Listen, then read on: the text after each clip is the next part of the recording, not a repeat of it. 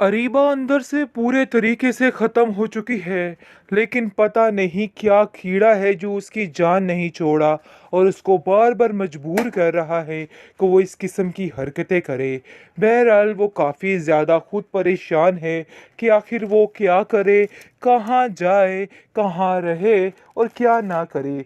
दर-दर पे जाके भीख माँगने वाली ये लड़की अरीबा अब खून के आंसू रो रही है और सोच रही है कि काश एक ठिकाना रखती तो जिंदगी आज सुकून की होती, लेकिन अब उसके हाथ कुछ भी नहीं है। लेकिन जी दूसरी तरफ अफसोस की बात यह है कि तबीन अपनी जिंदगी में खुश होते हुए भी ना खुश हो चुकी है। मुझे तो समझ नहीं आ रही कि इस अयान को शादी पे लाने का इतने टश्नों के साथ क्या मकसद बनता था। अरे भाई बुढ़िया खुद आ जाती तो ठीक था, काफी था, लेकिन नहीं जी, इन्होंने अयान की एंट्री को अंदर देना था और दिखाना था कि नहीं भाई, इमोशनल सीन्स भी ज़रूरी हैं। बहरहाल जी आप देखेंगे कि बहुत ज़्यादा परेशान हो चुका है अयान, क्योंकि समझ नहीं पा रहा कि उसको क्या करना चाहिए, कहाँ जाए, कहाँ पे यानी कि अब दरवाज़ा खटखटाए, क्योंकि वो दरवाजे जो मोहब्बत भरे थे वो इस इंसान ने खुद अपने ऊपर बंद किए हैं और ये सब कुछ इसी की ही गलती है, इसलिए इसको ही भुगतना पड़ेगा। इसने बहुत गलत किया ये सब कुछ करके, अब जाकर उसे इन चीज़ों का अंदाज़ा हो जाएगा, बल्कि हो चुका है, क्योंकि ये काम सिर्फ और सिर्फ इसको कहा गया था और इसने कर दिया। अरीबा की चालाकियों को फिर से नज़रअंदाज करके इसने फिर से ताबीन को गलत कह दिया है। उसकी माँ कहती है बेटा कि जो कुछ हो रहा है ना, तुमने खुद अपने ज़िम्मे लिया है और देखो अब तुम्हें ये बर्दाश्त करके ही रहना है, क्योंकि ये सब कुछ बर्दाश्त करना बेहद ज़रूरी हो चुका है। इसके बगैर तुम्हारी अकल ठिकाने नहीं आनी थी और अभी भी तुम्हें ऐसा ही लगना था कि जैसे ताबीन ही गलत है। चल गया है कि किसने क्या गेम रचाई थी और किसने क्या गेम नहीं रचाई थी। इसलिए इन सब चीज़ों के लिए माफ़ी तो मैं नहीं मांग सकता, क्योंकि वो वक्त दोबारा वापस नहीं आ सकता, लेकिन अब क्या हो सकता है।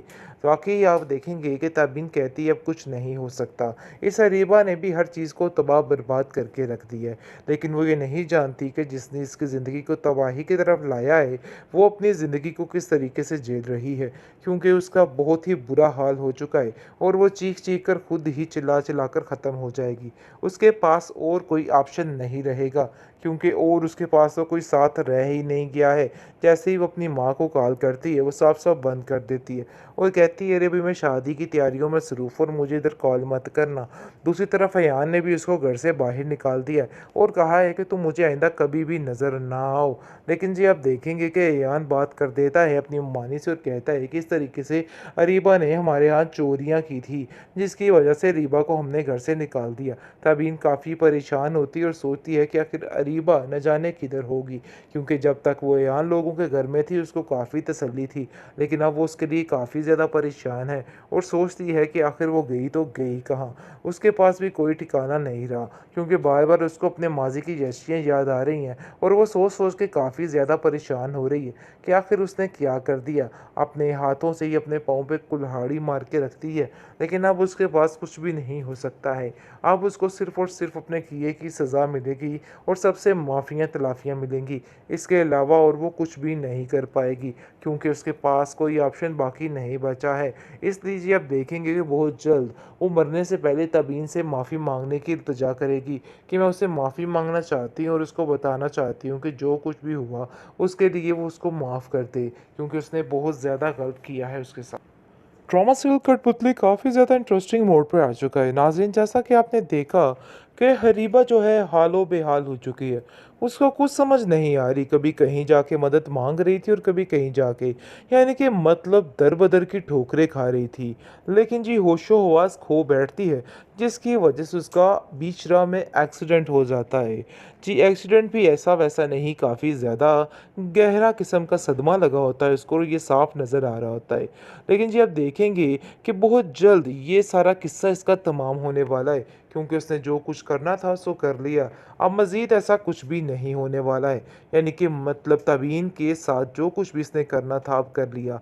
अब तबीन की ज़िंदगी में इसकी वजह से कोई टेंशनें नहीं आएँगी, कोई रुकावटें नहीं आएँगी।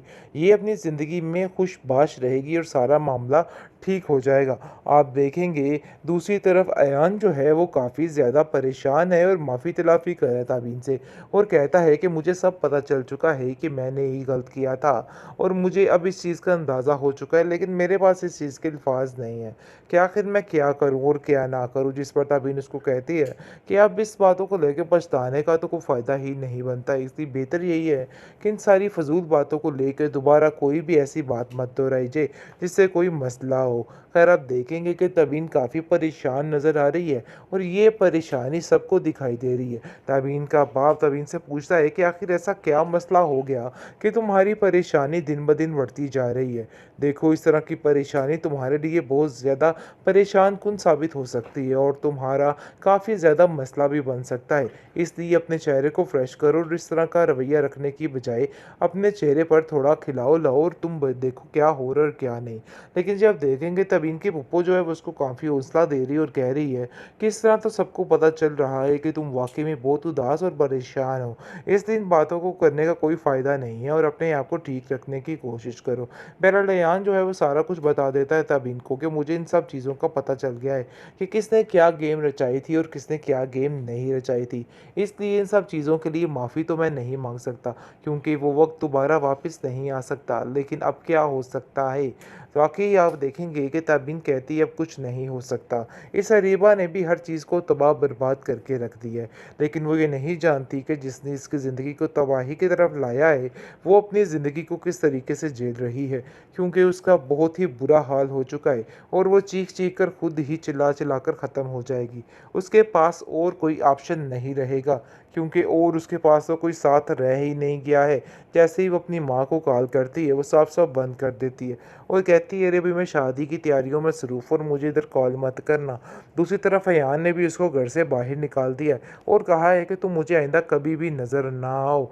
लेकिन जी आप देखेंगे कि अयान बात कर देता है अपनी मानी से और कहता है कि इस तरीके से अरीबा ने हमारे यहाँ चोरियाँ की थी, जिसकी वजह से अरीबा को हमने घर से निकाल दिया। तबीन काफ़ी परेशान होती है और सोचती है कि आखिर अरीबा न जाने किधर होगी, क्योंकि जब तक वो अयान लोगों के घर में थी उसको काफ़ी तसल्ली थी, लेकिन अब वो उसके लिए काफ़ी ज़्यादा परेशान है और सोचती है कि आखिर वो गई तो गई कहाँ? उसके पास भी कोई ठिकाना नहीं रहा, क्योंकि बार-बार उसको अपने माज़ी की यशियाँ याद आ रही हैं और वो सोच-सोच के काफ़ी ज़्यादा परेशान हो रही है कि आखिर उसने क्या कर दिया? अपने हाथों से ही अपने पाँव पे कुल्हाड़ी मार के रखती है, लेकिन अब उसके पास कुछ भी नहीं हो सकता है। अब उसको सिर्फ़ और सिर्फ़ अपने किए की सज़ा मिलेगी और सबसे माफ़ियाँ-तलाफ़ियाँ मिलेंगी। इसके अलावा और वो कुछ भी नहीं कर पाएगी, क्योंकि उसके पास कोई ऑप्शन बाकी नहीं बचा है। इसलिए जी आप देखेंगे कि बहुत जल्द वो मरने से पहले तबीन से माफ़ी माँगने की इल्तिजा करेगी कि मैं उससे माफ़ी माँगना चाहती हूँ और उसको बताना चाहती हूँ कि जो कुछ भी हुआ उसके लिए वो उसको माफ़ कर दे, क्योंकि उसने बहुत ज़्यादा गलत किया है उसके साथ।